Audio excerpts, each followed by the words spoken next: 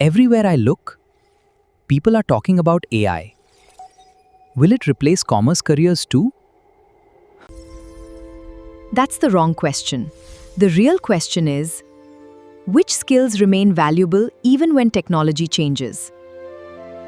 AI can process information, but people provide judgment, communication, and decision-making.